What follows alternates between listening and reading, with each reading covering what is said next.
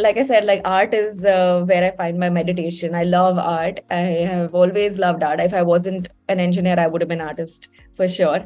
Failing artist, but I definitely would have been an artist. That's one of my hobbies. Now, what I have consciously started doing is I've started taking up new challenges for myself, not professionally, but something to do on the side. Because I feel like this learning mindset that we as humans have, after your formal education is over, you stop being in that mindset. You feel like, oh, now I don't need to learn anymore. Or you feel like, I'm reading articles on Facebook every day. That is enough learning for me. But that's not true. You need to take up new activities every now and then, because you need to put yourself through that pressure of that learning curve. So, for instance, like a year back, I took up tennis. I'm not good at sports, but I took it up because I wanted to go through that learning curve myself. Like, I wanted to have a coach who's telling me, why are you being like this today? You're not doing this properly. I think that it's very important to take that feedback from people, because it opens you up as a person as well.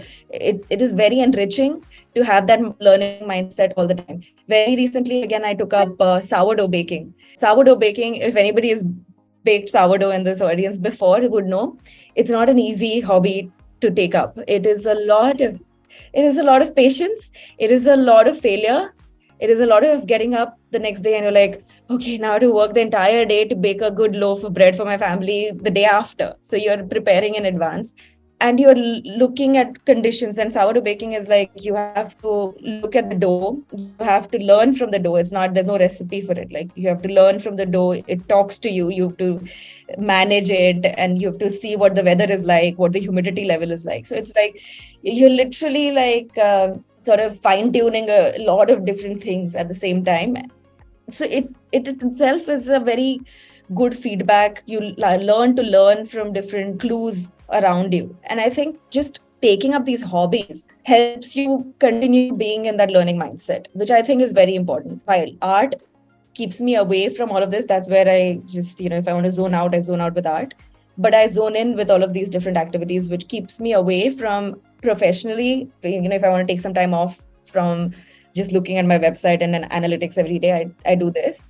But this is at the same time, it's honing my learning skill. Yeah, and of course, with kids, every day you're learning. Every day is is how am I going to be with this kid today? How's the kid is going to be with me today? Every day is different. So I think that in itself, being a mother, I think it teaches you so much patience.